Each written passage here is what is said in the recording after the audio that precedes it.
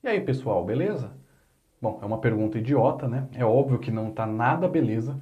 O Corinthians perdeu pro Guarani do Paraguai no jogo de ida da eliminatória para da Libertadores, a segunda fase eliminatória para a Libertadores.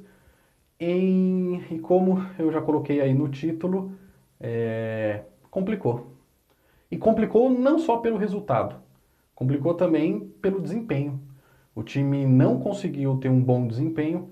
O Guarani do Paraguai não precisou fazer muitas coisas, ele conseguiu fazer o gol logo cedo e praticamente retrancou o time. O segundo tempo foi nulo do Guarani, não fez absolutamente nada, só que o Corinthians não conseguiu, o Corinthians não teve força para conseguir reverter esse placar. Complicou também pela perspectiva, a perspectiva do que vai ser o jogo de volta. Aqui eles entram, aqui em Itaquera, eles vão entrar classificado. Eles não precisam fazer nada. Eles precisam jogar como eles jogaram o segundo tempo. E o Corinthians, se não fizer nada novo, vai fazer exatamente o que fez no segundo tempo. Vai tocar bem a bola, toca daqui para lá, não consegue ter profundidade, o 1 a 1 dos jogadores não funcionam, nenhum jogador consegue fazer a linha de fundo, investe muito pelas jogadas no meio campo e nada acontece. Ele facilmente é marcado pelo time do Guarani. Isso é o que dói um pouco, né? Eles nem precisavam fazer muita força, eles não são maravilhosos na defesa. É um time bem postado contra um outro time sem muita criatividade. Tem posse de bola, toca a bola, mas não consegue ter muita criatividade. Claro que o jogo não foi tão horroroso. Eu tô aqui um pouco contaminado com o calor do momento, um pouco pessimista pelo que eu vi, pelo resultado, né, que acabou acontecendo. O jogo do Corinthians não foi tão horroroso. O gol sai ali de uma bola parada, não é a bola parada específica, cobraram curto, mas a defesa estava armada para a bola parada e no cruzamento um vacilo acabou tomando um gol. Antes disso, o Guarani tinha conseguido meter uma bola na trave.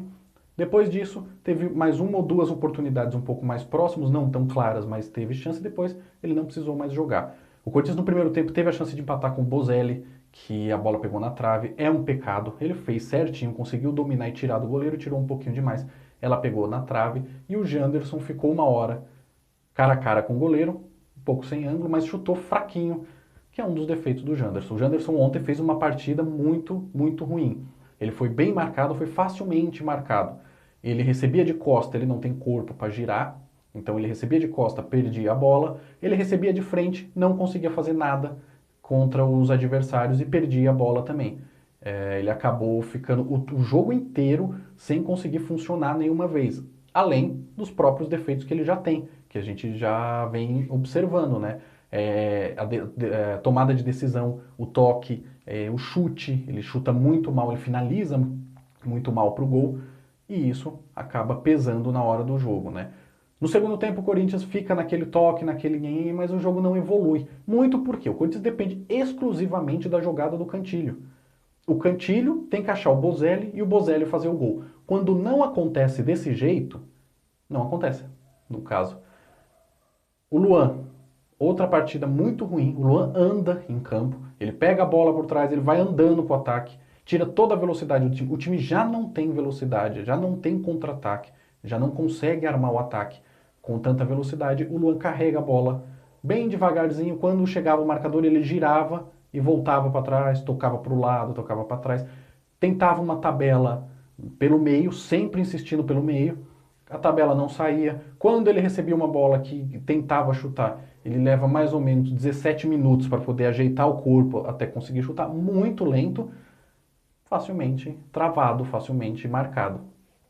O Camacho, que é o outro jogador do meio campo, ele consegue ir bem durante os jogos, ele é importante ali, mas ele não é o cara decisivo. Ele não vai colocar ninguém na cara do gol. Ele depende muito que os outros jogadores estejam jogando bem para ele chegar.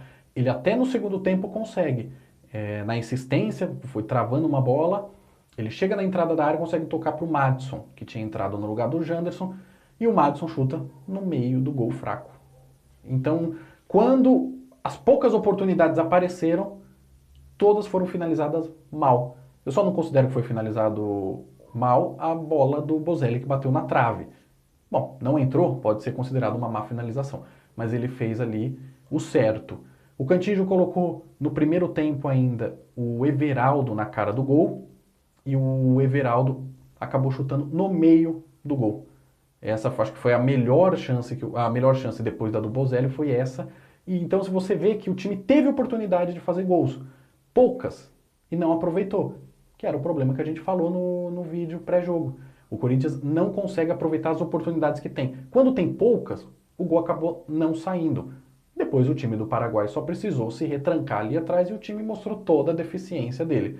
Acho que o Thiago Nunes errou em alguns pontos, ele errou na escalação do Sid Clay, depois ele corrige no segundo tempo, mas corrige um erro dele. Ele não deveria ter escalado o Sid Clay. É um ataque fácil para os adversários, as costas do Sid Clay sempre. Ele não tem físico, ele demora para voltar e a cobertura sempre é lenta atrás dele. É muito sobrecarregado quem tem que fazer a cobertura atrás do Sid Clay. Ele substitui o Sid Clay pelo Piton, e que eu acho que o Piton tem que ser titular no jogo de volta, só que ele erra em insistir com o Janderson. Em um determinado momento, quando ele faz essa mudança do lateral esquerdo, ele troca o Everaldo também, pelo Matheus Vital. Eu tiraria o Janderson. É o jogador aberto, é um atacante agudo, o Matheus Vital é meio campista, mas não funcionava, simplesmente não funcionou esse lado do Corinthians de ataque. E aí depois, mais para frente, na reta final do jogo, ele troca o menino Janderson pelo menino Madison, que é a mesma coisa. Simplesmente eles ficam abertos na ponta, tentando botar uma correria, só que os zagueiros conseguiam marcar. Nenhum dos dois tem físico, nenhum dos dois consegue ganhar no corpo, então a jogada fica muito limitada a um drible que não saía, porque o time estava todo postado atrás do time do Paraguai. Então assim, eu acho que ele poderia ter colocado o Matheus Vital no lugar do Jandro e ter deixado o Everaldo, porque o Everaldo pelo menos tem um pouco mais de corpo para aguentar isso. Se não estava conseguindo fazer jogadas de infiltração, jogadas de linha de fundo, que pelo menos na força o time conseguisse produzir alguma coisa. E eu acho que na hora de que você tem a oportunidade de finalizar, o Everaldo finaliza melhor do que o Janderson e o Madison. De qualquer forma, ele botou o Matheus Vital, ficou com o Janderson. Na reta final, que ele troca para o Madison, eu acredito que ele deveria ali ter apostado em outra coisa, em dois centravantes. O Wagner Love para fazer dois. Eu até preferiria o Gustavo, porque ele já estava com o Vital, ele podia fazer o meio campo com Luan e Vital, e no ataque Bozelli e Gustavo, tentar fazer com que os dois laterais, o Fagner de um lado e o Piton do outro, cruzassem a bola na área pro Gustavo tentar arrumar um gol de cabeça. O Bozelli é muito bom de cabeça também. É pouco, é limitado, mas eu estou falando de 10, 15 minutos do final do jogo que o Corinthians não conseguia produzir, então você ia tentar pelo menos arrumar um gol ali para não vir com um prejuízo tão grande. Ele morre com o Luan também, o Luan fica até o final do jogo mesmo jogando mal de novo, porque a gente não tem esse reserva. O Matheus Vital poderia fazer aquela função, mas na verdade se o Matheus Vital faz aquela função, não tem quem faça as pontas. Você começa a ver os problemas de elenco do Corinthians, né? Se o Pedrinho tivesse, o Pedrinho seria obviamente uma opção no lugar do Luan. Acho até que o Thiago Nunes vai com o Luan o quanto for, porque ele é a grande contratação do ano do Corinthians. E como eu falei, ele não atrapalhava. Ele tem um jogo ali meio abaixo, mas se os outros jogadores não jogarem muito bem, aparece muito o quanto ele está abaixo do time, ou quanto ele não produz nada. Não sai nada dali. Como eu falei, você não tem nada que esperar do time, a não ser Cantillo e Bozelli. E isso precisa mudar um pouco, né? E a gente precisa dos pontas que apareçam mais, a gente precisa do meio campista que apareça mais. O futebol do Camacho, eu acredito que ele aparece muito mais quando ele tiver um meio campo que ajude mais ele. De qualquer forma, a gente vai torcer, nós como torcedores, obviamente é nosso papel, a gente vai torcer para o time na volta.